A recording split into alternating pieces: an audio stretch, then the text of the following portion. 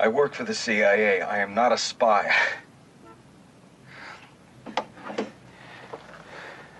I just read books.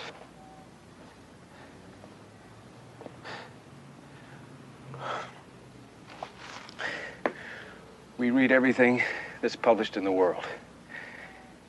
And we feed the plots, dirty tricks, codes into a computer, and the computer checks against actual CIA plans and operations. I look for leaks, I look for new ideas. We read adventures and novels and journals.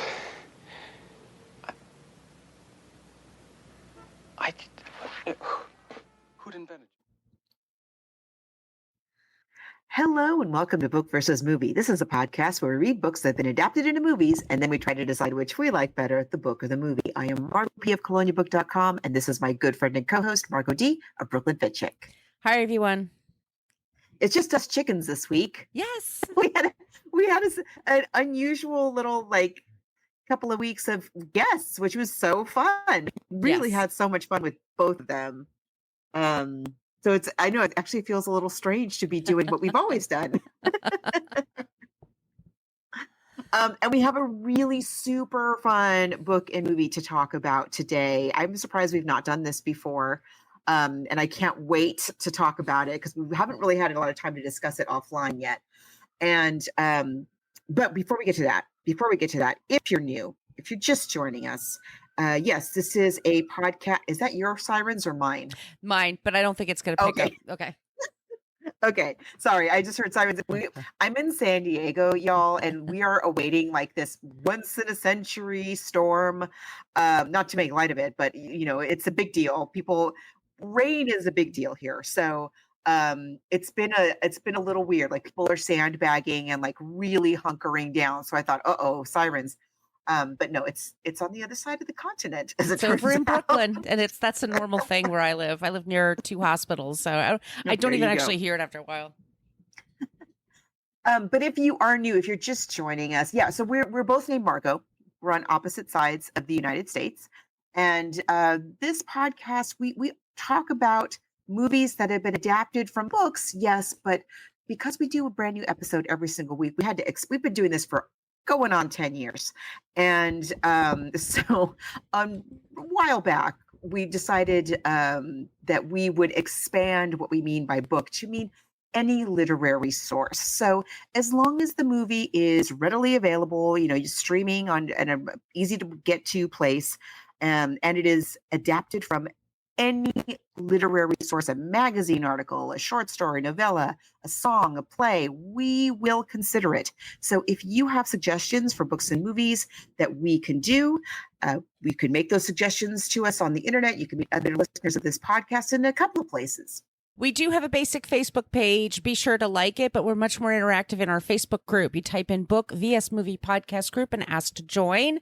We have two posts at the very top of the page that our fan Thaddeus put together. We both have allergies as well that we're dealing with here. Anyway, Thaddeus is very kind to put up two posts, one that says all the shows we've done before, pretty complete list, and then an ongoing list of what your ideas are. So that's a really great place to start.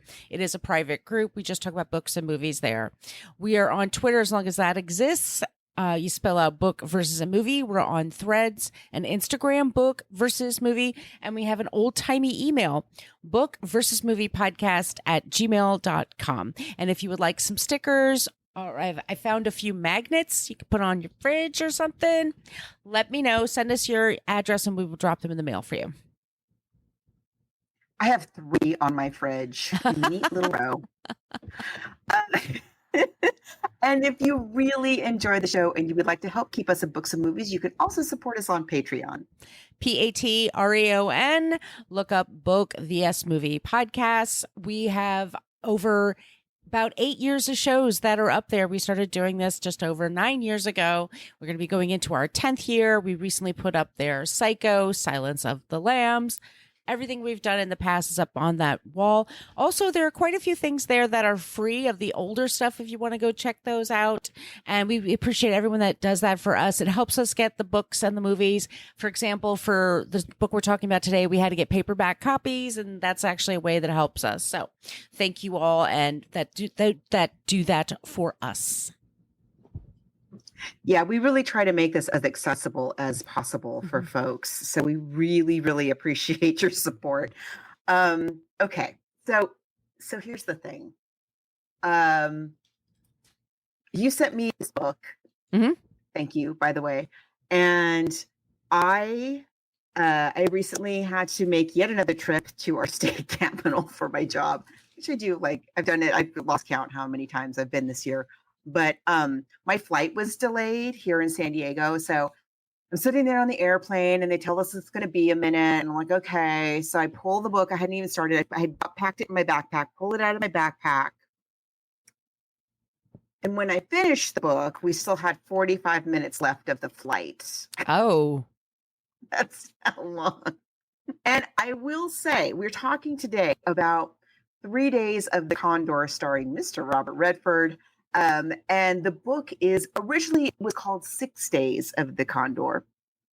Although the edition that you sent me says 3 days on the spine. It says 3 days of the Condor. They changed it when the movie came out. Yes, but when you read it, it is 6 days. It's a little confusing. You're like, and it's okay. actually 8 days he's talking about. We'll get into it in a second. It's a whole week, but we'll talk about why he couldn't call it that. Really interesting story about how this came to be.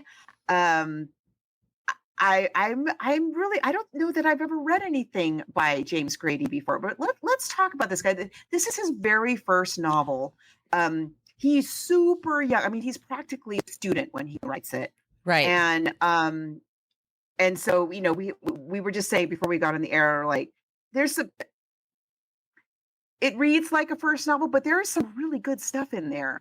And but so let's talk about him because he's become a really important writer and very influential to so many other writers and filmmakers. And because world of kind of the way events. this story unfolded. Yeah, and world events. Just kind of prescient, I think we can say.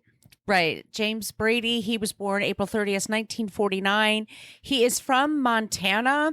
He was raised in a Christian conservative household. When he went to college, he worked for a Senator, Lee Metcalf. He worked for the Montana Institutional Convention, but he also always wanted to be a writer. And he was living off of basically as a writer. I think he made like less than $10,000 a year to support himself. He was living in Montana and then he got to go to DC. He also worked for Jack Anderson. Jack Anderson, from when I was a kid, was this guy that went on Good Morning America and talked about politics. And he was like 100 years old and he knew John Kennedy. But anyway, he was around these very smart people. This was also the time of the early 70s when this book comes out in 1974. That's the year that Nixon resigns from the White House. So America for about 10 years about there, from when we started the Vietnam War, entered into the Vietnam War, and then up until this point, which it wasn't over yet, there's this idea of like people becoming paranoid. Like, what is the government really doing? What are they telling us? What's the truth? What's not the truth? Which is also very prescient to what's happening today. The original like deep state paranoia. And what I found was so interesting, and thank you for sending me the link to that. What was the name of the book that you sent me the link to? I will look that up right now. He wrote a book about so the character that he develops in 6 Days of the Condor, again, his first work. He later goes on to explore Condor as sort of like a James Bond kind of a figure, where Condor is an agent name that's given to, it's a CIA agent, given to various men over this late 20th century American history, who are given the name Condor. And then I think revisiting the original one, right, at the very last story. But one of the things that I thought was so interesting about his life story, so he's not from a big city. Right. He's from Montana. And I've been to Helena, Montana. My best friend lives in Montana. Oh, and she's a member of our group. Hi, Carola. Hi. And she lives in Big Fork. and or close to Big Fork. And so it's not a huge place, is what I'm saying. And he really, really always wanted to be a fiction writer. Mm-hmm. And his drive to be a fiction writer and make a living as a fiction writer sends him kind of looking for any professional opportunity that will allow him to write at all. And the opportunities that present himself are sort of journalism adjacent. And so he's writing for like local newspapers and pieces for magazines and stuff like that. And through that work, he gets this political job as an aide. And the political job as an aide, I forget what his position is with the senator, but anyway, he gets a job with the Montana congressman, and that propels him into this journalism, real journalism, right, kind of job, and that propels him into what he. And it all happens super fast. It all happens by the time he's 24. He has a best-selling novel with a movie option. It doesn't happen always. I think Stephen King's the other one that you and I, but I mean, Stephen King actually was trying for 10 plus years before. Yeah. It's Condor, the short takes. That's what I said. The short takes. Thank you. But like when we talked about a similar story was Peter Benchley with Jaws. Yep. But Peter Benchley had connections. He had world of literature connections that helped him land that deal. Where Grady is a very different kind of a story. He's just this young man who just wants to write for a living, and any place that is going to let him write for a living, he's taking it. And it just happens that the course of that, pursuing that dream, gives him the life experience that he needs to land this amazing hit right out of the gate with his first novel. First of all, get his first novel accepted. He was living in a major publisher. Montana. I mean, this is late 60s, early 70s, not like an internet age. And he just sent his manuscript to a bunch of people. He didn't even know who to go to. He didn't have an agent or anything. So he just sent them to different editors. And then he was turned down by a couple of places. He said he was like duct taping his shower head to the shower thing to like, 'cause he was so broke, moving out of his parents' house and just living on, less than $1,000 a month or whatever. And then he contacts Norton and they say, yeah, not only are we taking this book, but we think it's going to be picked for a movie. You need to come to New York. And he was in this position that he had written out his manuscript and then he worked with his editors to change it because they knew ultimately it was going to be. But he had that deal and the book after that. All happened really quickly. And then super fast. And Sidney Pollack was this director, and Sidney Pollack was very collaborative with writers. He was very lucky that Pollack would like explain to him, this is what we did and this is why we changed it. Yeah, Redford it's was really great film with him. because of XYZ. Right. Yeah, and he which understood. helps him be a better writer. Yeah. Exactly. I mean, these are all It's amazing. But he had an idea in his head. So he's living in DC and in Montana, and he had this idea like, what if I went to work one day and everybody died? And it's because something's going on that I didn't realize. What would I do? And so then he propels himself. And it's a great story. I would say like we talked about Michael Crichton last week with our guest. We didn't talk about our real feelings about Jurassic Park, the writing, but I say anyway, I've read a lot of his books and they're great plots. I just don't think the dialogue is all that good. Yeah. But this I think is, I mean, for a first effort, it's remarkably good. Yes. As an idea, a story idea, I think it's brilliant. Yeah, he's a low guy in the feeding chain in his professional life in Washington, and so he's walking around. He's like, well, that building is, I forget what it was called, the real building that inspired the story. And he realizes like he never sees anybody go in and out of this building ever. But there it is every day. And he starts to think, well, like maybe what if it's a front? What if it's like a front for the CIA or something? And oh gosh, what if I worked there and one day I showed up and everybody was gunned down? What would happen? And it's a really, that's how a fiction writer would think about it. And I will say, like, it's not a long book. Yes. And apparently in the original version, there was like a beginning of like a prologue and epilogue that had some tie-in with Vietnam that the editors said to jettison. So I don't know what that was, but I think the way it starts is very like it grabs you. It is a great story to read in the airport or while you're stuck on an airplane because it's a espionage thriller, action packed, lots of characters and double agents. And by the way, we're going to spoil everything. Yes. By the way. And many characters. 3 of them are women. Yes. And 2 of those women are killed in the second chapter. And 2 of them are romantic interests, right? I mean, not in the book. In the book, the 2 women who are killed work in the building with him, and they are also. I have a picture of it somewhere because I had to underline. I had to dig out a pen on the plane and underline it just so I wouldn't forget that 2 of these women are CIA agents. They work in this building with our main character who's named Malcolm in the book. And he describes them in terms of their ability to make coffee for the other agents in the building. The younger female agent, her coffee's not very good. And I think it must be because she's a CIA agent. Was they also... and we've talked about James Bond. We've talked about other writers that served as spies during World War II or in the Great War, and it influenced their writing and it influenced the genre.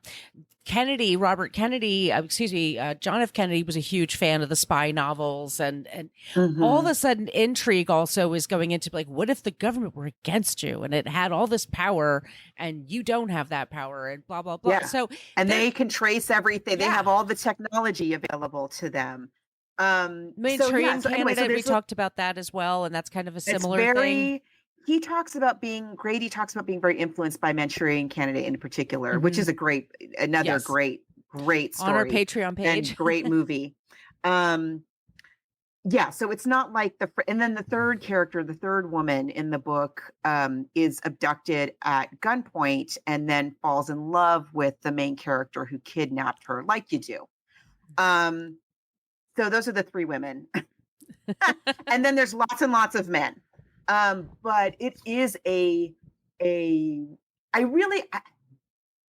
were a lot of changes that are made between the book and the movie, and I totally get why, but I really like the way the story unfolds in the book, I have to say. So we have our main character whose name is Malcolm. I think Malcolm is his last name. His name is like Ronald Malcolm, right? Ronald Malcolm. And he works in a building that's called the American Historical Society. And he describes, at first he's describing the building because he's kind of walking to work and he's coming up on the building and he's kind of musing about what the building looks like. A very nondescript building with a little plaque.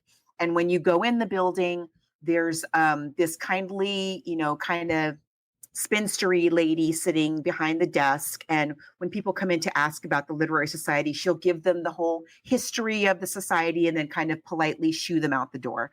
And then we learn that she is a CIA agent who makes coffee. She makes the better coffee in the building.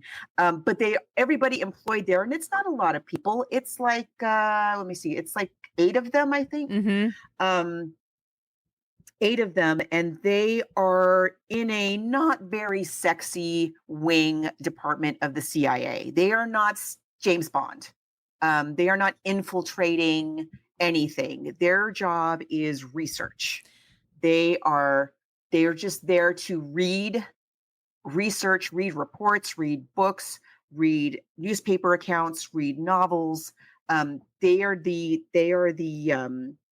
Google of the CIA. Their job is to be the database for the CIA, the people who are out in the field, to be like, could somebody kill somebody in this way? Or could somebody infiltrate a government in this way? And they'd be like, well, yes, in this novel, the plot was like this. Or in that newspaper article from 1936, there was a similar plot where XYZ happened. So that's their job, is they just comb through endless reams of information, um, looking for useful stuff that they might need in the pursuit of intelligence for the CIA. And okay, so here's a big difference between the book and the movie. So I can't remember, is he recalling the conversation that he has with Heidegger?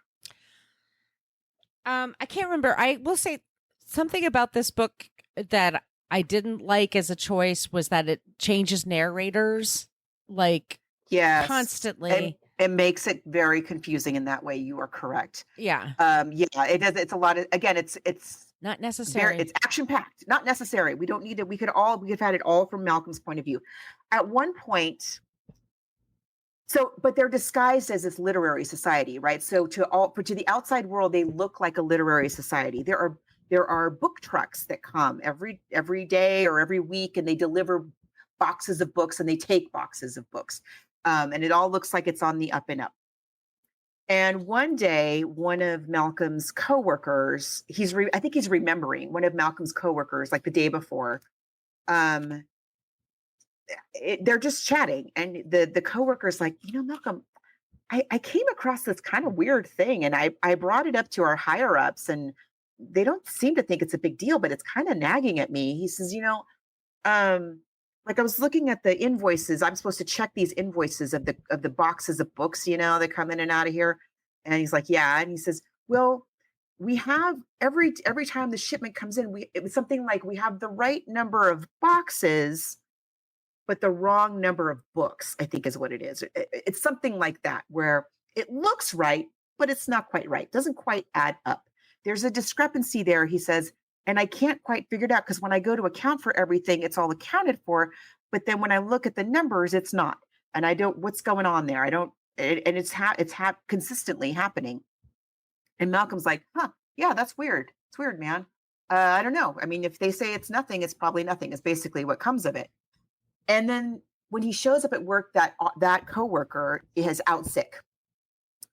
And he's like, doesn't think anything of it, because the guy was coming down with a cold. So no big whoop. So he goes, he clocks in, because it's a very humdrum job. Clocks in, says hi. He's the kind of young rebel of the group. He has a slightly different background than everybody else, but still, I mean, he's rebellious in that he doesn't want to wear a suit every day. Like, he's not, It's the 70s, by the way. I remember that. It's the 70s. And so the older guys in the outfit are kind of razzing him and for not taking things seriously. And the younger guys, he kind of pals around with them. And as sort of a punishment, or, just sort of a dig, one of the older guys says, okay, hey, it's your turn to get everybody lunch, which I gather is something one of the women would have done. But the guy's kind of getting after Malcolm. So he's making him be the guy who gets lunch. And Malcolm's like, yeah, okay, fine. I'll go get lunch. But here's the key thing.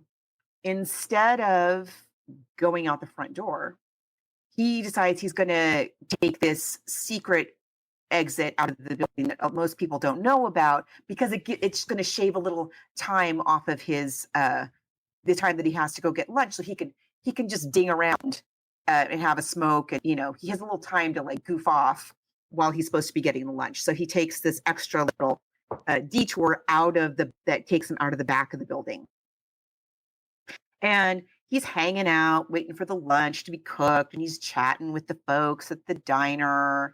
No big whoop, nothing going on. And then, like Margos said, he shows up back at the office and everyone is dead. Right. In the book, I think we switch, like she says, we switch perspectives to the killers. Right. So while Malcolm is gone now, which I don't think we needed any of that, but okay. It's just kind of salacious. The killers blow into the place. They blow up the spinster lady behind the desk. She can grab her gun. It's all like one by one, these grisly murders. ending with the other female in the outfit. And yeah, I don't. It goes on for kind of a long time, and it's super violent. But anyway, so Malcolm comes back, and this is what he discovers. He comes on this scene, and he doesn't know what to think. He's not James Bond. He's a pencil pusher. He's just a nerdy little reader guy. He doesn't. Yeah. That's all he does for a living is he reads. And so he's like, I don't know how to fight. I don't know how to. But the thing is, he's clever. He's read enough of these books and enough of these plots that he's kind of like, well, if this were to happen to a character, what would I recommend? What do I think would happen in the plot? And that's how he decides to deal with it. So in the book, he does call and tell them what happens, and they do tell him. He reports it. So he has to, kind of stay low for a little bit and while he's figuring out what's going on. I believe in the book, he changes his appearance, right? He gets a haircut and dyes his hair. He does. He gets a haircut. He dyes his hair. And he goes around speaking with a thick Southern accent. None of that is in the movie because Robert Redford. Right. So, so he starts to realize, I'm trying to think when.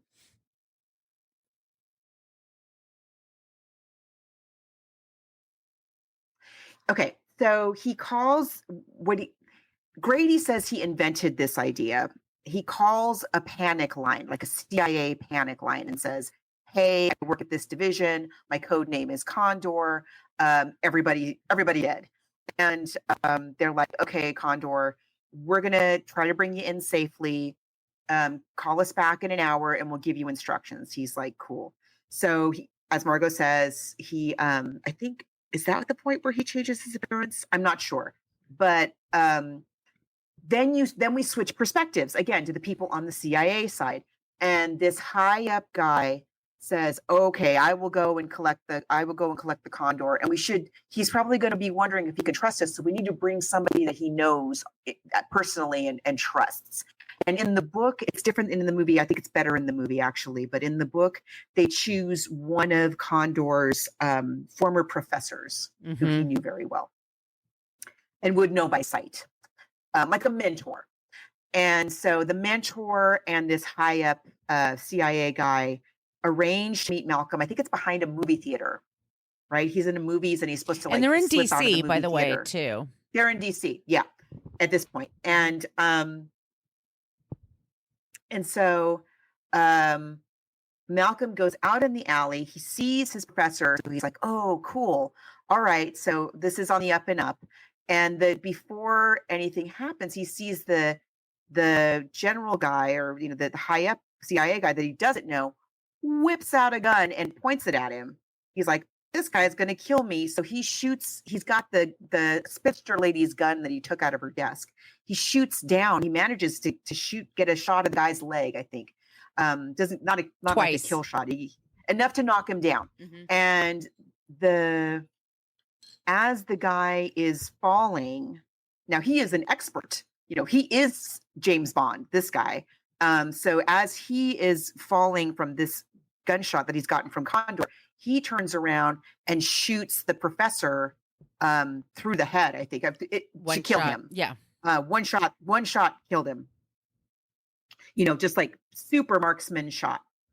And then it's reported that Condor killed both of these men. And so now he's on the run. And that's when he cuts his hair, dyes his hair, starts speaking with a Southern accent, and then abducts this girl. Kathy. Whose name is Wendy. Wendy in the book. Her name is Wendy Ross. Yes, sorry. Wendy Ross. I don't know why they changed all the names for the movie, but they did. But anyway, in the book, her name is Wendy.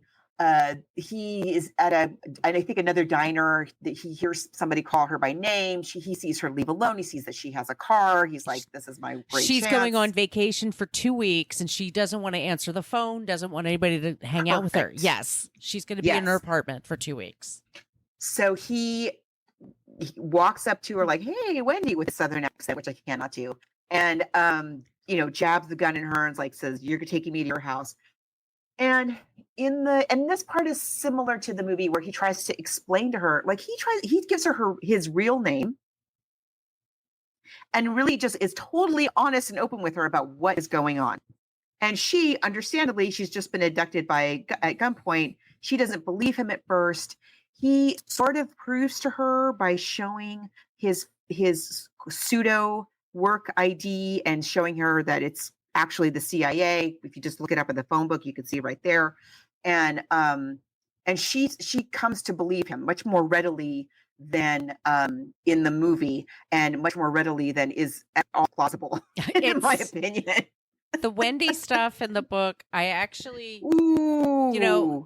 I put a sticky, the sex scene in this book. Okay. You all, wow. listen. Wow. Okay. Here's what happens in the book. It's very different. It's so much better in the movie. I promise. I promise. If you've never seen this movie. So in the book, again, cannot stress this enough. He has kidnapped her at gunpoint. A young woman who lives alone, and she is in the apartment with a man with a gun who has kidnapped her. She is completely vulnerable and defenseless. And, even if she believes what he says, that doesn't make him any less dangerous, right? It's not boyfriend material. He still has a gun. And so he's like, okay, we're gonna rest, but if you try anything, I'm gonna shoot you. Basically, in the night, we're just gonna get some rest and I'll try to get out of here in the morning. I'll try to be out of your hair in the morning. He's not mean to her, but he has kidnapped her at gunpoint, which I think is pretty mean. So in the middle of the night, naturally, she climbs into bed with him. Well, she just took a shower, Margot. It got her horny or whatever. So. Yeah. And by the way, he describes her even before this. I picked this girl. She's kind of okay looking. I've seen better, and her boobs aren't that great. Makes the point of saying that. He makes the point of saying her face is okay, and her boobs aren't that great. And she could be curvier.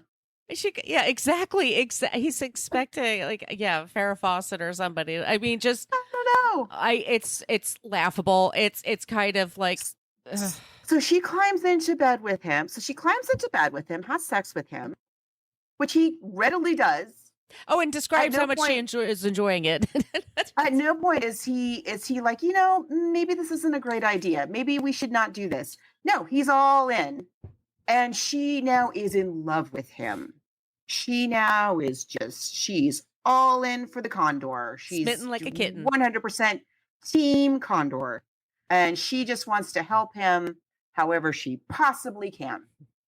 And so he is, I forget, he makes some mistake that gives away where they are. And this guy shows up dressed as a mailman. And we know that the killers, he doesn't know this, but we know that the killers who killed all the people in the building were also dressed as mailmen and delivery guys. And so this guy dressed as a mailman shows up and proceeds to try to gun them down. And Condor is able to I think both of them are able to subdue the guy and shoot him and kill him. And now they've killed a guy. Right. They are really on the run. Right.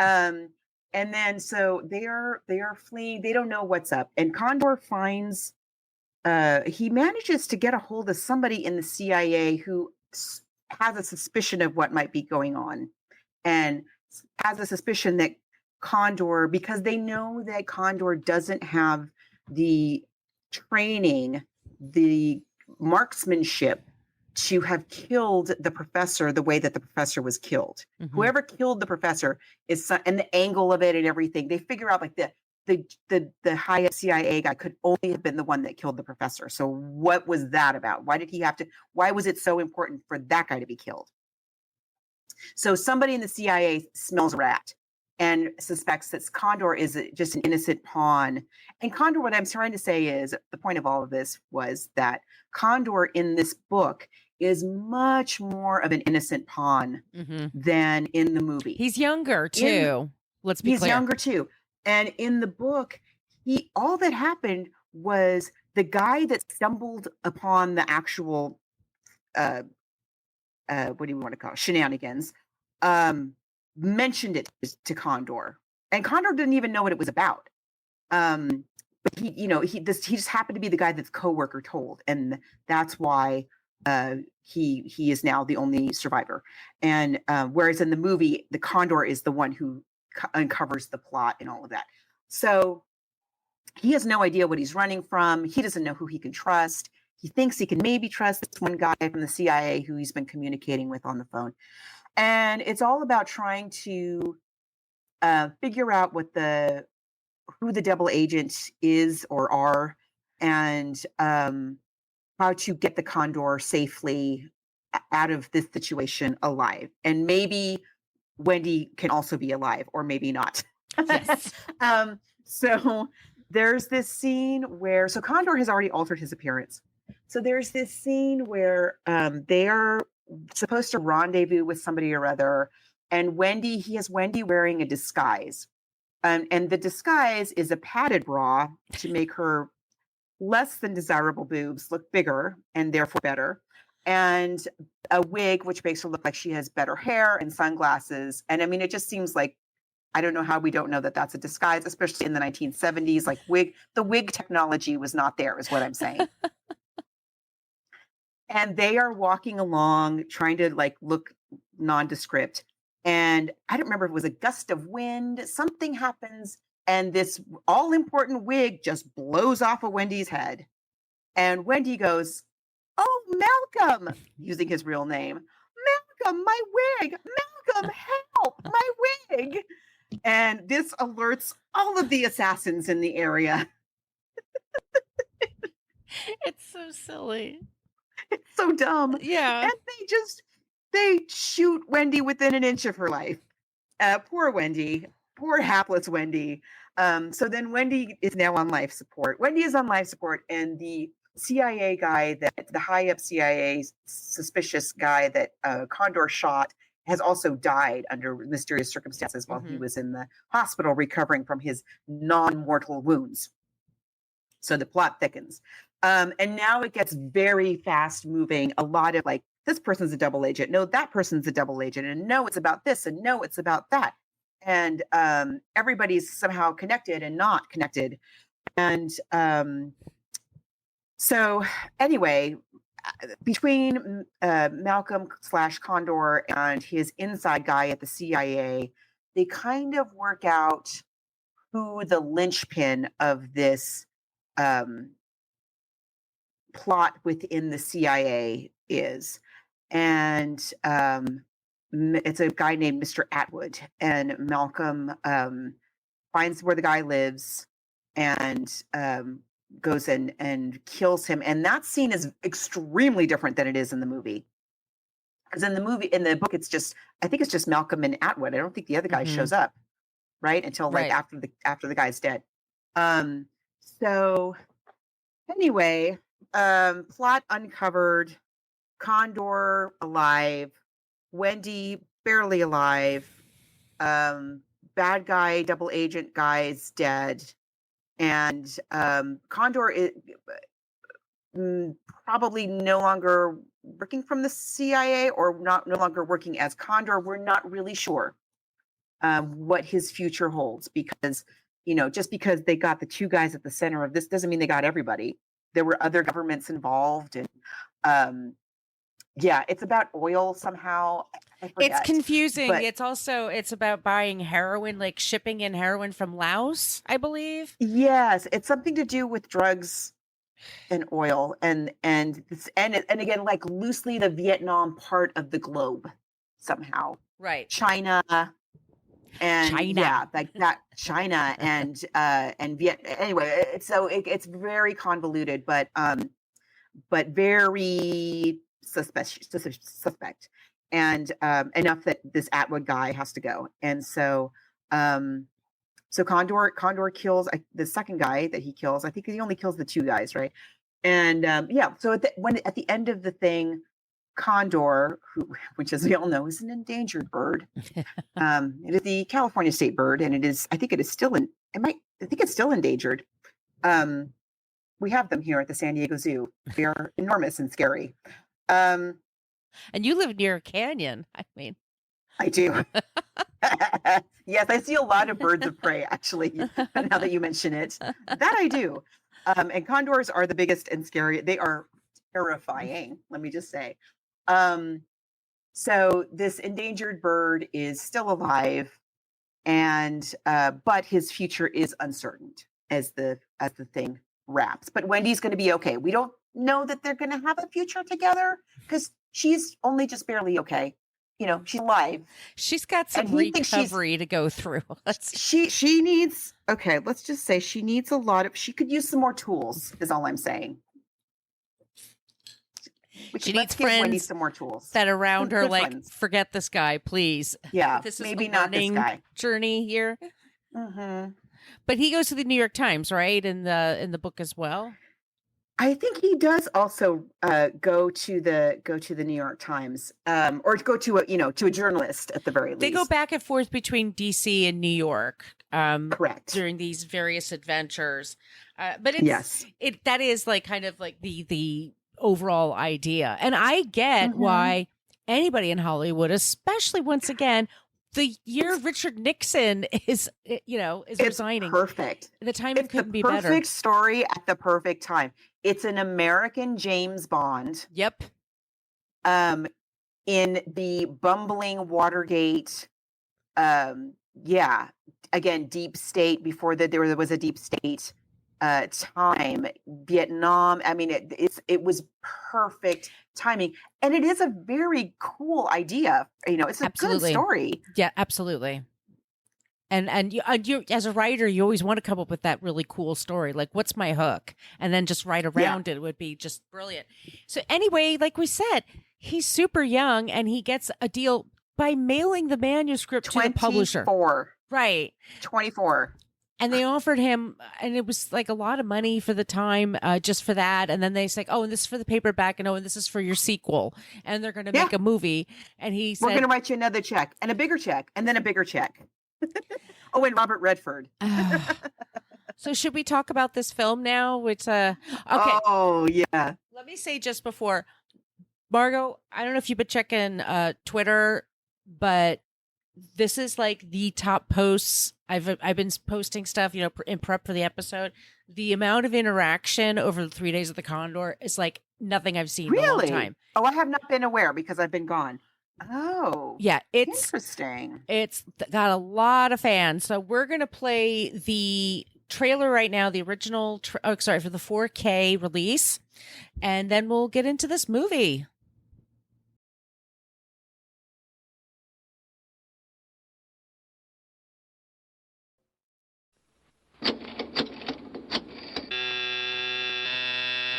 This is the Major. This is Joe Turner. Identification? My name is Turner. I work for you. Now listen. Identify yourself. What is your designation? Condor. Something has happened. Section 9, Department 17. The section's been hit. What level? What level? Level of damage. Everybody. Dr. Lapp, Janice, Ray, Harold. Everybody is dead. What is it? What is it? Are you damaged? Damaged? No. Are you armed? Identify the armament. It's a .45 automatic. Will you guys bring me in, please? I'm not a field agent. I just read books. This is the panic office. Section 917 may have been hit. Hit confirmed. What was the quality of work? Clean, fast, first rate. Except they overlooked one item. You say one of my people is still okay? Condor, you know him? No. This is Condor. Who's this? Deputy Director Higgins, New York Center. I'm controlling now, Condor. Where are you? How come I need a code name and you don't? The head of your department just came here from D.C. He's going to bring you home. I've never met him. Don't worry. 2 years military service. Separated 961. Worked at Bell Labs, Communication Research College on the GI Bill. This Condor isn't the man his file says he is. Wait a minute. I don't... Get in the car. Don't make a sound. Don't be dumb. Come on, hurry up. Get in. I work for the CIA. I am not a spy. Your assignment for today was to go out and kidnap a girl. I'll need your help. Have I ever denied you anything? I don't think you're going to live much longer. Well, I may surprise you. We have games. What if? How many men? What would it take? 7 people killed. And you play games. And the other side does too. Condor is an amateur. He's lost, unpredictable. He could fool a professional. Yes? Do you believe the Condor is really an endangered species? Include the Condor episode without any more noise. We're already visible. Let's not become conspicuous. If company agents aren't enough, use freelance. Use whatever it requires, but end it.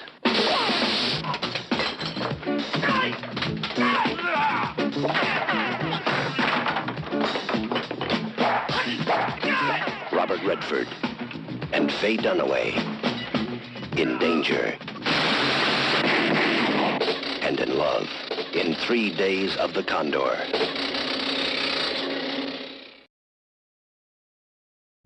Our director is Sidney Pollack, one of my favorite directors, my favorite movies. And I never think really like how good. it's directed. I just think they're good movies.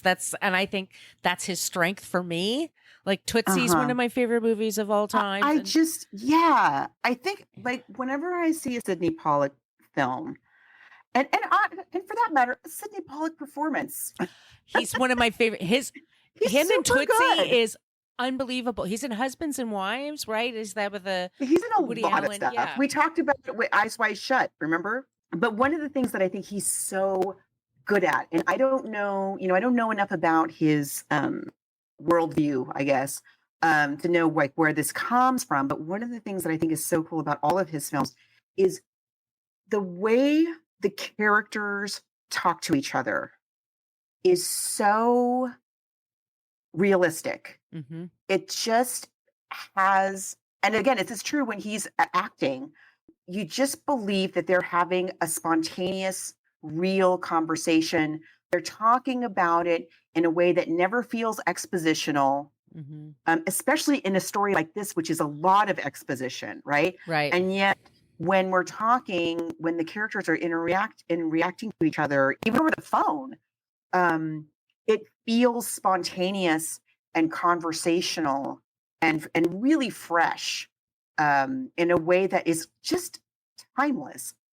And it's just something every time I see a Sidney Pollack film, I come away with like, hey, it seems so fresh. It seems like they are just spontaneously having this conversation right now.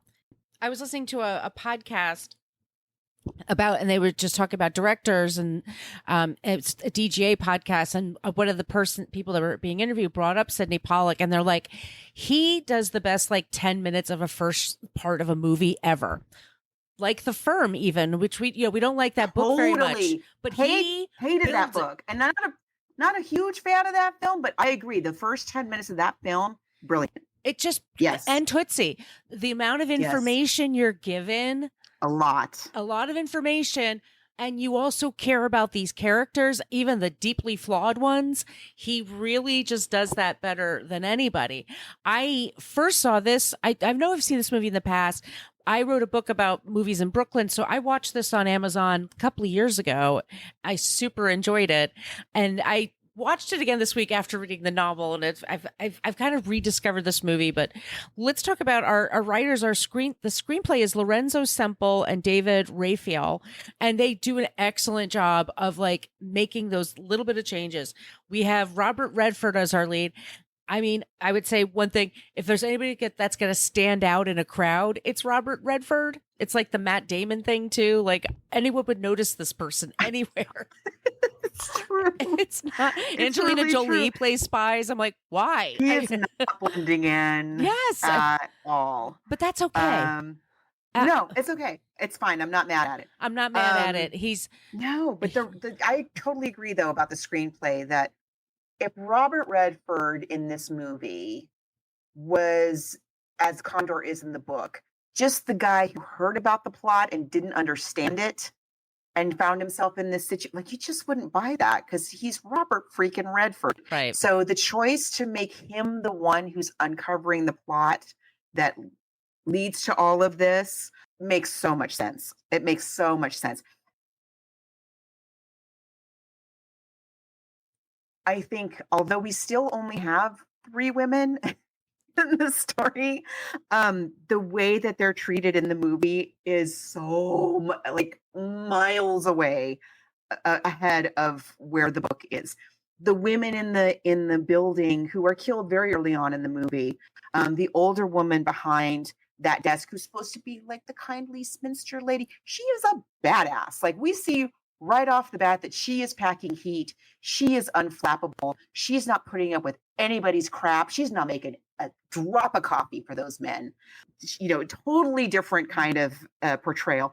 And then the younger female agent, to make her what we see, instead of her being as she is in the book, she's kind of dumpy.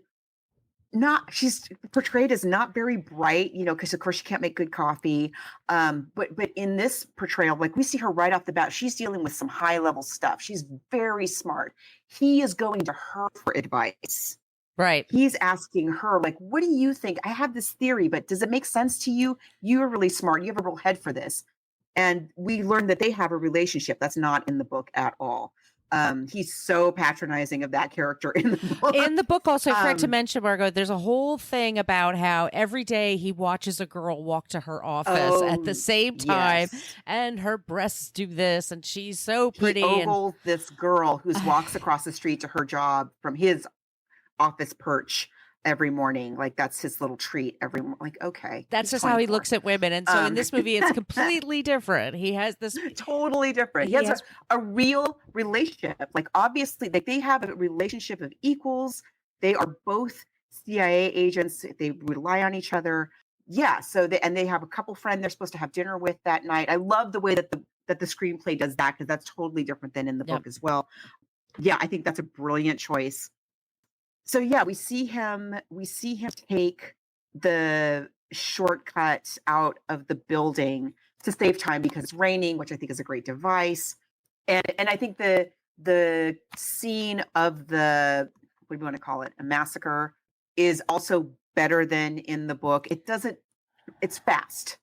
It's fast, which is how it would be. They would go in, they would do the thing, they'd get out, and before anybody is any the wiser. And if you don't know what the plot of this movie, I mean, it's amazing because it really does take you by surprise. You go, what? What? Yeah. And also for me, and this is, they have a camera outside. Why don't they have a camera inside to like watch? Okay. That's one thing I'm like, okay. But this is where we meet Max CIA. Okay, yes, right? But okay. Max von Sydow, he's our Gerbeau. Yeah. He's our killer. He's our vigilante hired assassin. And he's with the postman, who also shows up in another scene at Cranberry Street, where my friend lives. It's right across the street from my friend lives, where Faye Dunaway is. We'll get to Faye Dunaway. So we're getting her a fabulous 70s apartment. I want it. I could totally live there. The kitchen with okay, we'll get to that later. Yes. So he comes back, and his whole office is, and so and Redford, by the way, gorgeous. This is like peak. His gorgeosity is just seriously, but he's doing a great job acting too. I mean, he's responding like, oh my God, all of my friends, all these people I love, and my girlfriend dying all around me, and I gotta leave because any minute now they'll realize I wasn't here, that they're missing a person. So he goes, and then he calls in. It's clear whoever was there was out to get everybody. And the fact that they did it, you can tell that they did it super quickly, that it was just about killing everybody. It wasn't about going after a particular person. Therefore, as you say, somebody's going to figure out, like probably has already figured out that I wasn't here. I can't like do anything about my girlfriend here. I got to get out of here. Yeah, it's a great performance.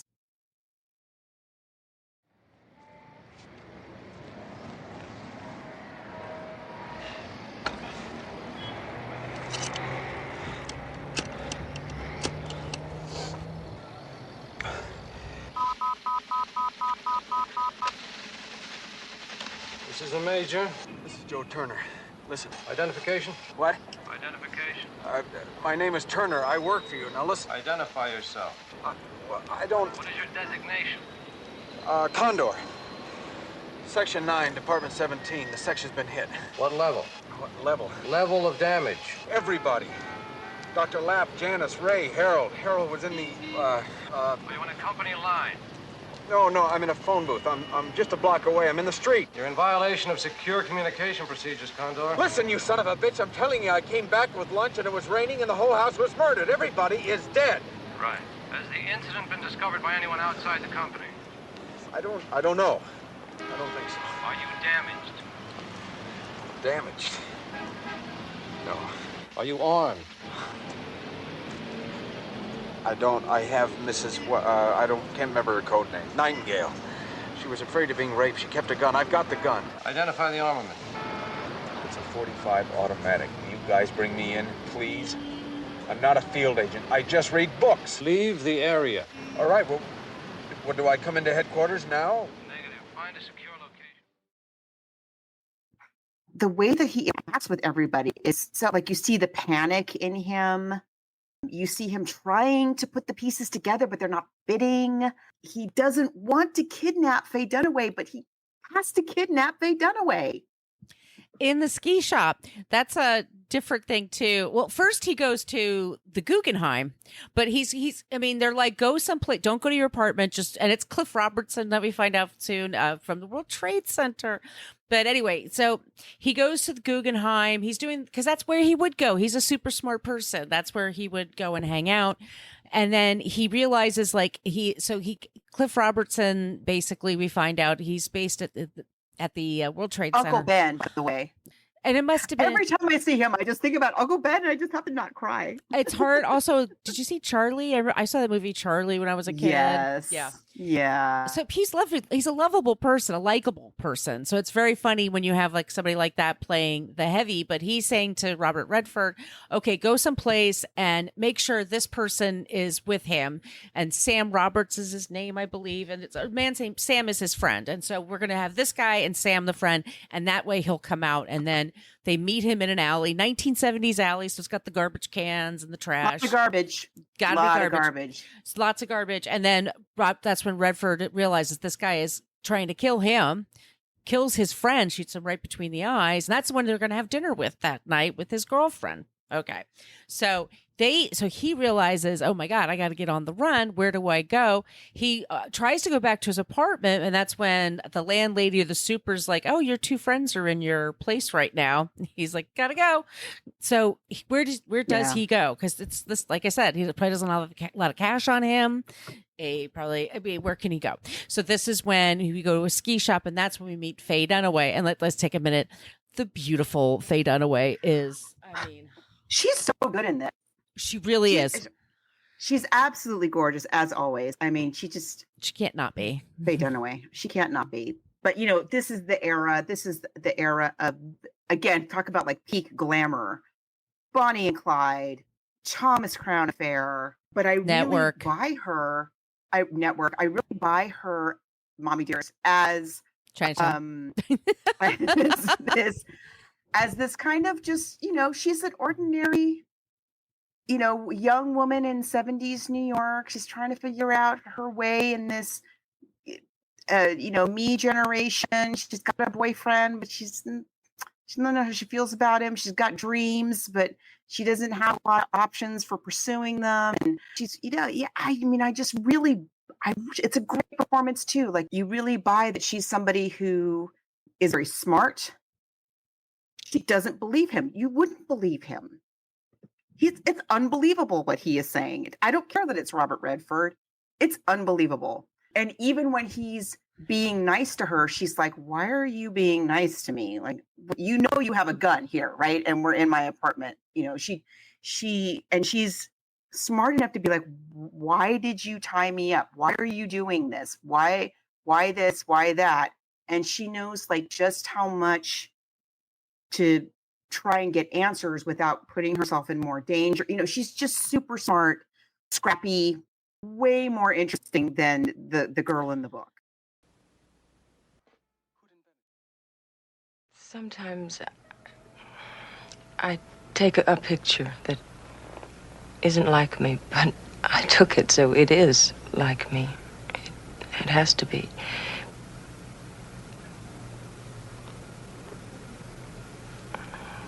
I put those pictures away. I'd like to see those pictures. We don't know each other that well.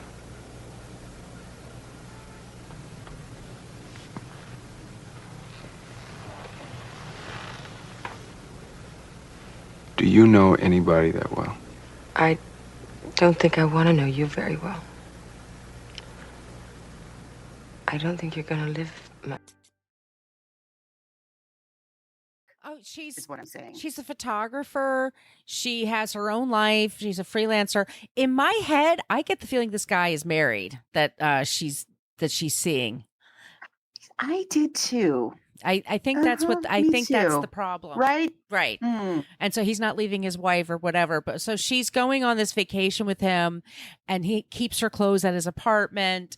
But like we said, she's not she's skeptical about this relationship, what the prospects are. But anyway, so this gives him a perfect reason. I mean, he puts a gun in her. She's hops in her Jeep. They go to Brooklyn Heights, and then he hangs out in her apartment. And then he immediately ties her up and takes off. And she's home all day being tied up. But she, look, it's Robert Redford and it's Faye Dunaway. Do I want to watch them make out? Yes. So of course. Is this but I like, plausible? I mean, it's No, not, it's but so much more, it's not the most plausible thing for them to jump into bed together, but it makes so much more sense than in the book. In the book, you're like, this girl is crazy. Not got a grip on reality. What? Where is she living? Who did you kidnap? Maybe you shouldn't trust somebody who's going to do that, Yes, in the movie, there's a lot. First of all, there's more time that passes, more hours. It's not a lot 3 of time, days. but They stick it down. But it's more time. Right, which is a better number than 6, by the way. 3 is better than 6, I agree. And they have more interaction that is, again, more plausible. They ask questions that you would ask of each other. He is trying to make a case to her about what's going on that makes no sense, but we know that it's true. And then we have the thing where the mailman shows up and takes a shot, and that's where she really believes what's going on. But at that point, they've already slept together. You have a lot of very fine qualities. But what fine qualities?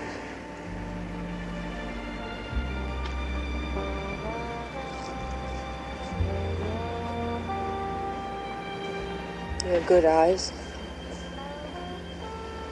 Not kind, but they don't lie. And they don't look away much. And they don't miss anything. I could use eyes like that. But you're overdoing Vermont.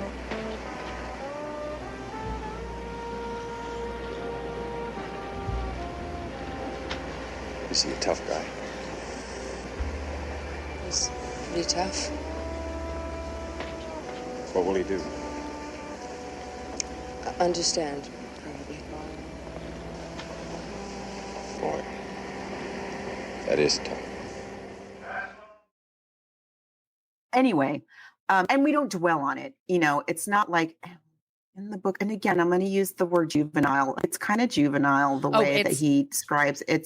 Just dude. It's much more tasteful in the movie. He was young. Although it was his let's first not forget novel. she was kidnapped. Right.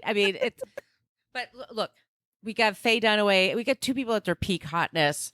They're doing a great job. Like with the lines she's given and what she has to come across, it seems very... They're not the greatest, but she's doing a great job. She has a couple of lines, though, where she says, well, I am the spy effer, so I guess I will be helping you. Great line.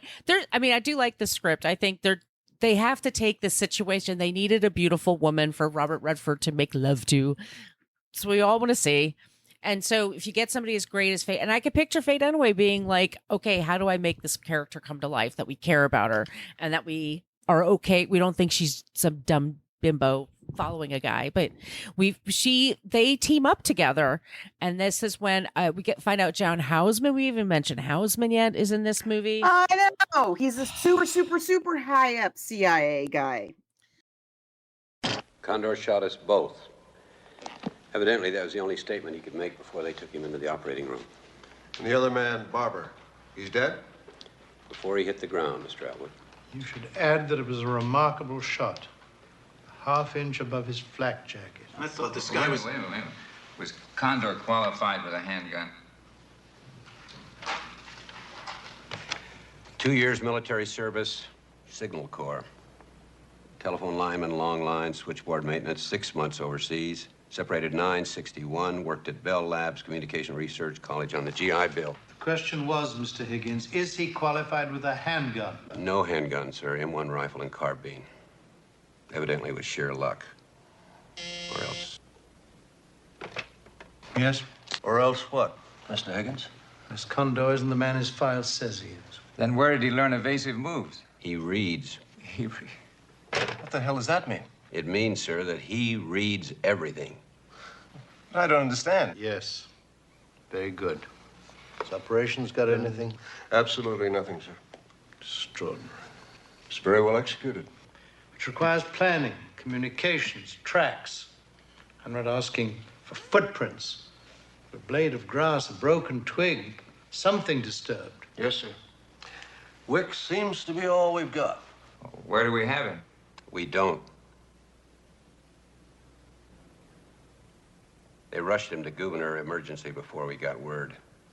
Maybe we should leak the name of the hospital, try to get Condor to make his move. Of course, Leonard. Don't expect too many mistakes from this man. After all, he does seem rather more interesting than just another of our reader researchers. For example, has he gone into business for himself?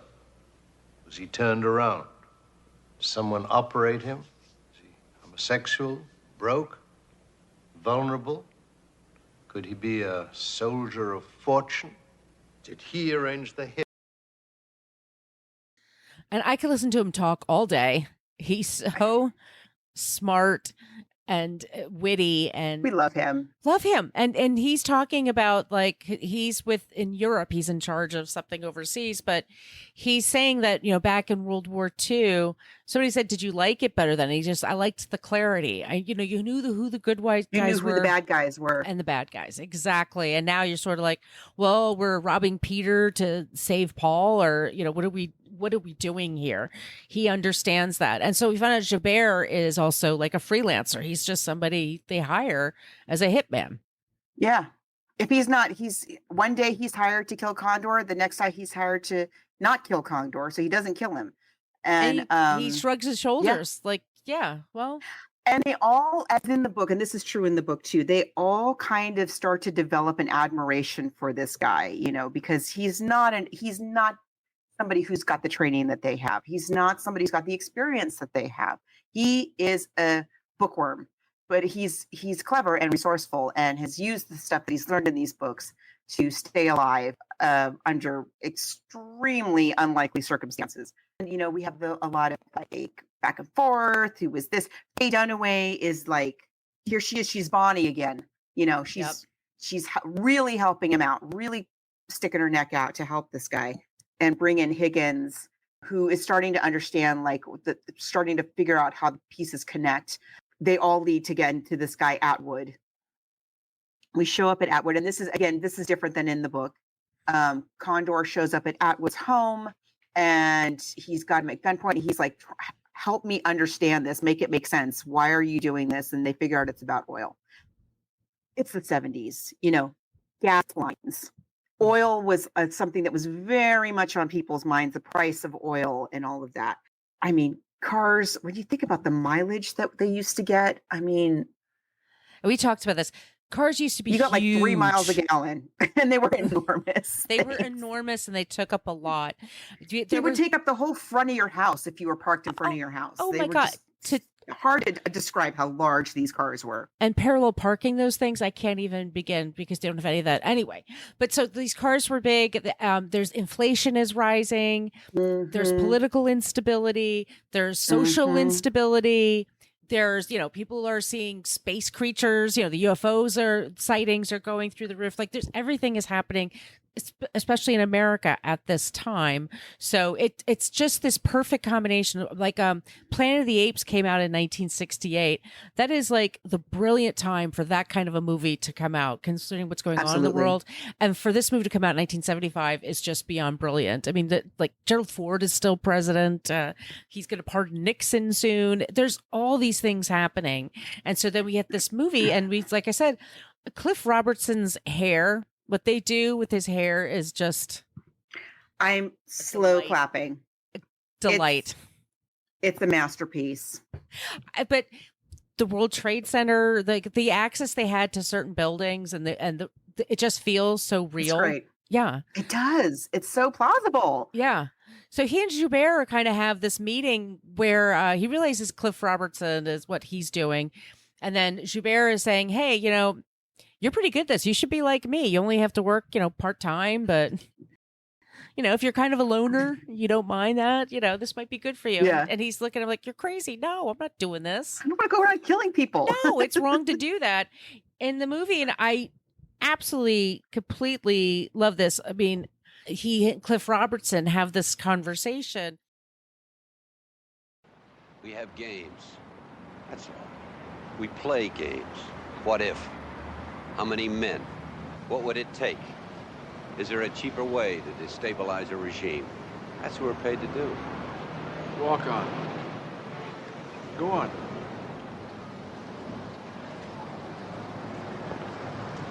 So Atwood just took the games too seriously. He was really going to do it, wasn't he?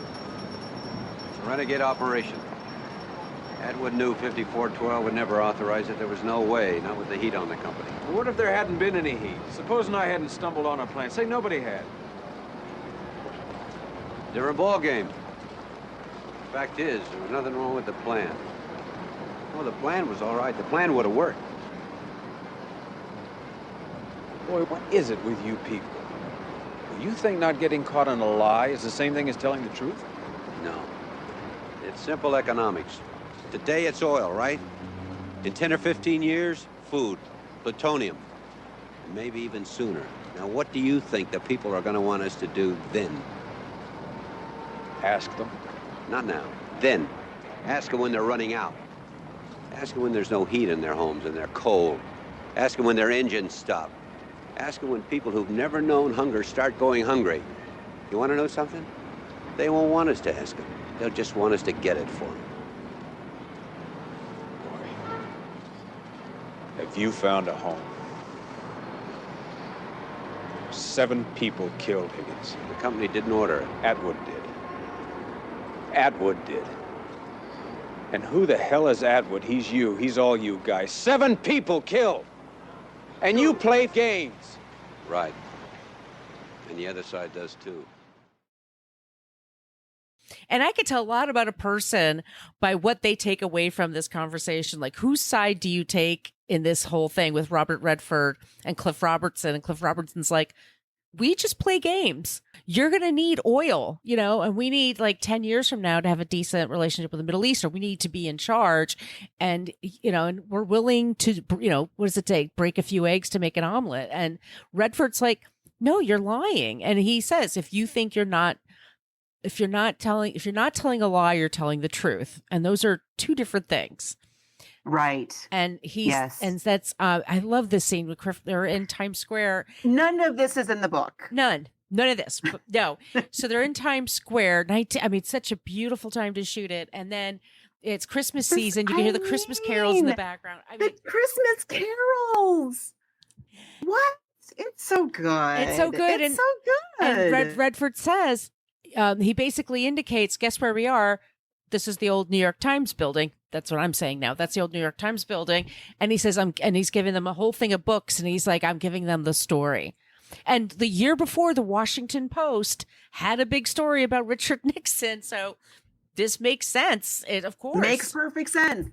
And that's when Cliff Robertson, I love his speech. He's like, oh, what did you do? You don't get it. And then he says to Redford's like, they're going to run that story. And he says, are they going to run that story? I know. And you're like, oh, no. And you see his face like, oh, yeah, you're the CIA.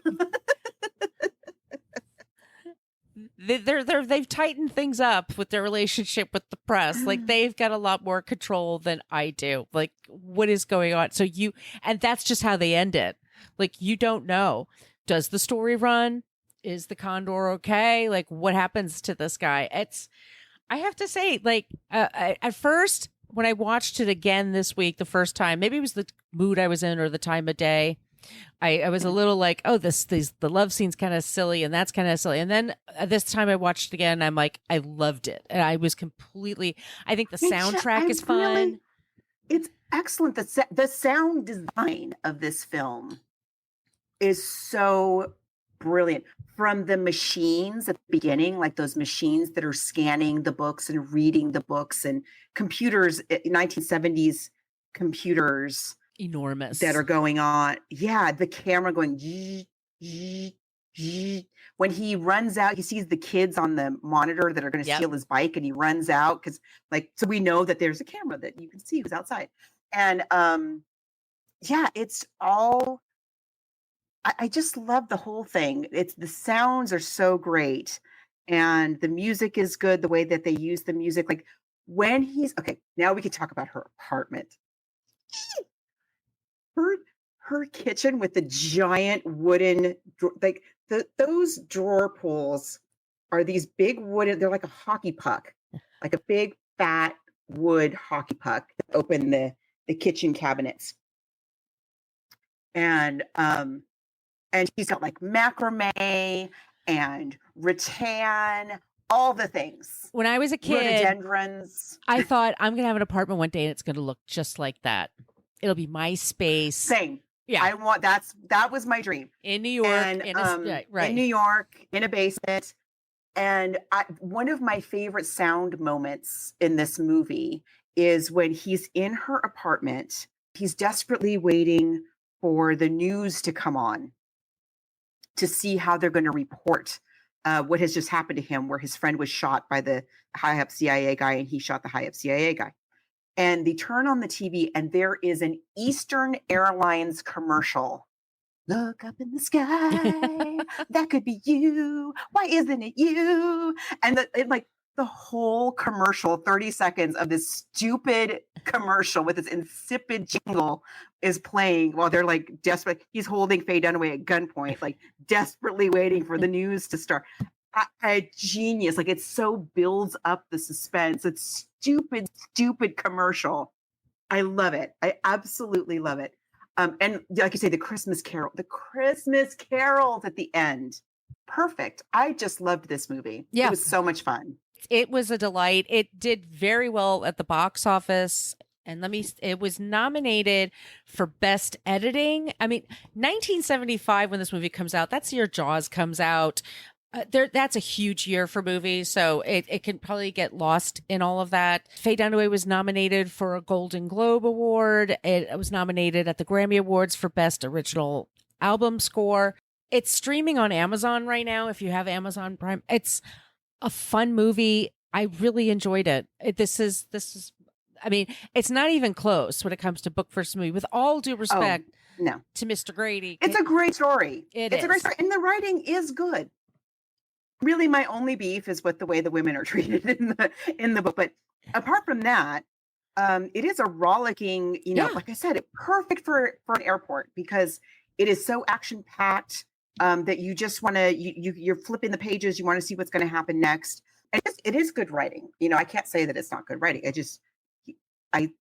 Not a lot of experience with women is what I think is going on there at that point in Mr. Grady's life.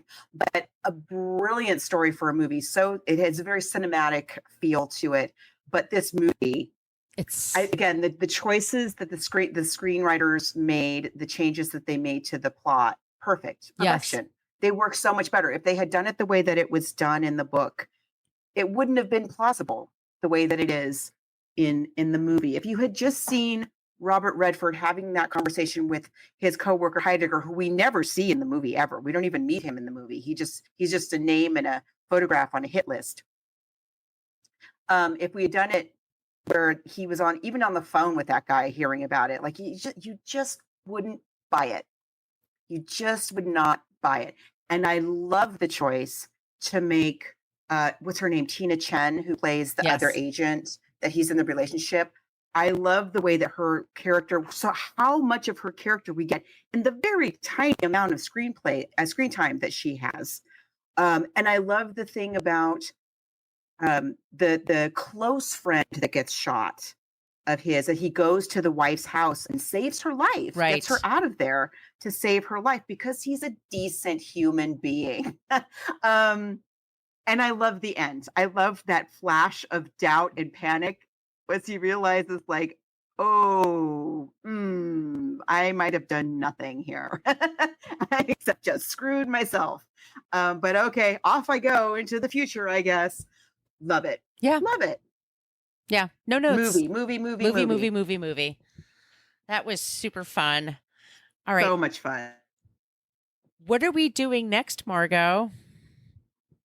Very exciting. It's so funny because I've seen, this is a favorite movie of mine. I saw it several times on the big screen. I've seen it several times on the little screen.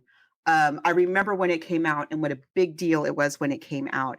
And this was like, I don't know, maybe 30 years ago now. But I've seen it surface recently on social media. People are talking about it again as being a great example of this kind of storytelling. And we're going to be talking, and I didn't know that it was based on a short story, is what that was all leading up to.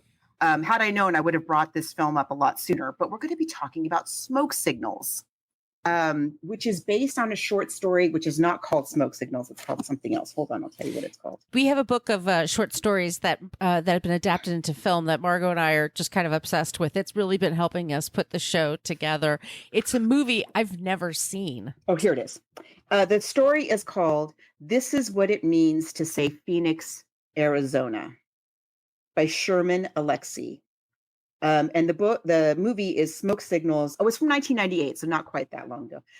Smoke Signals, and the director is Chris Eyre. It's spelled like Jane Eyre, E-Y-R-E. Okay. I just love the family stories that are told in this movie, and I can't wait to talk about it. I'm very, very excited to see it again, and I'm going to do a little more research into why people are talking about it. By people, I mean much younger than us. People it's talking about it indigenous on social media. people, correct, in North America. Yeah. Oh yes. Yeah. Yeah. There's been a lot of news in the last couple of years about indigenous schools in North America, in the U.S. and Canada. Yes. So I think that's kind of like raising consciousness. Yeah, but it's a lot about fathers and sons. Oh, it's great. It's great. I can't wait to talk about it. I'm very excited. Please send us your suggestions. In September, we do banned books. I need to send you my ideas, Margot. October, we do scary books. We've got like some really fun ones coming up. Please reach out. All those places I mentioned. Once again, our email is bookversusmoviepodcast@gmail.com. And Margot, where can they find you? You can find me online at coloniabook.com, and all of my social media callouts are at She's Not Your Mama. And where can they find you? You can find me on Twitter, as long as that exists, at Brooklyn Margot. I'm at Brooklyn Fit Chick on Threads, Instagram. My site is Brooklyn Fit Chick, and I am on TikTok, where I put a bunch of scenes of 3 Days of the Condor that people seem to really like at my name, Margot Donahue. All right, everyone, we'll be back soon with Smoke Signals. It would happen this way. You may be walking. Maybe the first sunny day of the spring. And a car will slow beside you. And a door will open. And someone you know, maybe even trust, will get out of the car. And he will smile. A becoming smile. But he will leave open the door of the car and offer to give you a lift.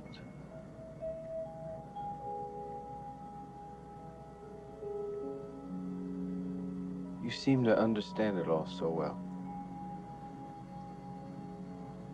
What would you suggest?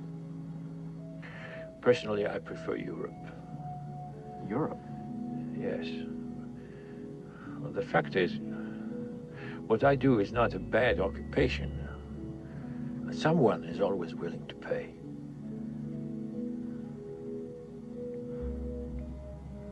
I would find it tiring. Oh, no. It's quite restful. It's almost peaceful. No need to believe in either side or any side. There is no courage. There's only yourself. The belief is in your own precision.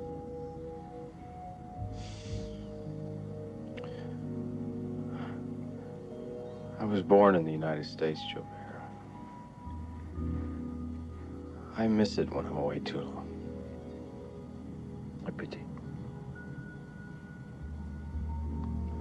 I don't think so. Is it any trouble to drop me at the Union Station? Oh, no. Would be my pleasure.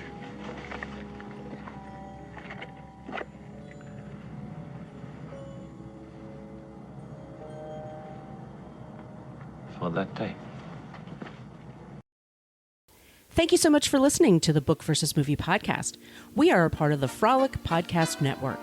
You can find more podcasts you will love at frolic.media/podcasts. We follow the hashtags LadyPodSquad and Podern Family. If you want to support the show, you can go to our Patreon page, go to Patreon, and look for Book versus Movie Podcast. We have a basic Facebook page, but we also have a private Facebook group. Go to Facebook and type in Book vs. Movie Podcast Group if you want to join that. You can follow us on Twitter and Instagram at Book versus Movie. Spell all those words out. If you'd like to send us an email, it's Book versus Movie Podcast, spell that all out, at gmail.com. You can follow Margot D at Brooklyn Fit Chick on social media and Margot P at She's Nacho Mama. Thanks so much again for checking out our show, and we'll be back soon with a new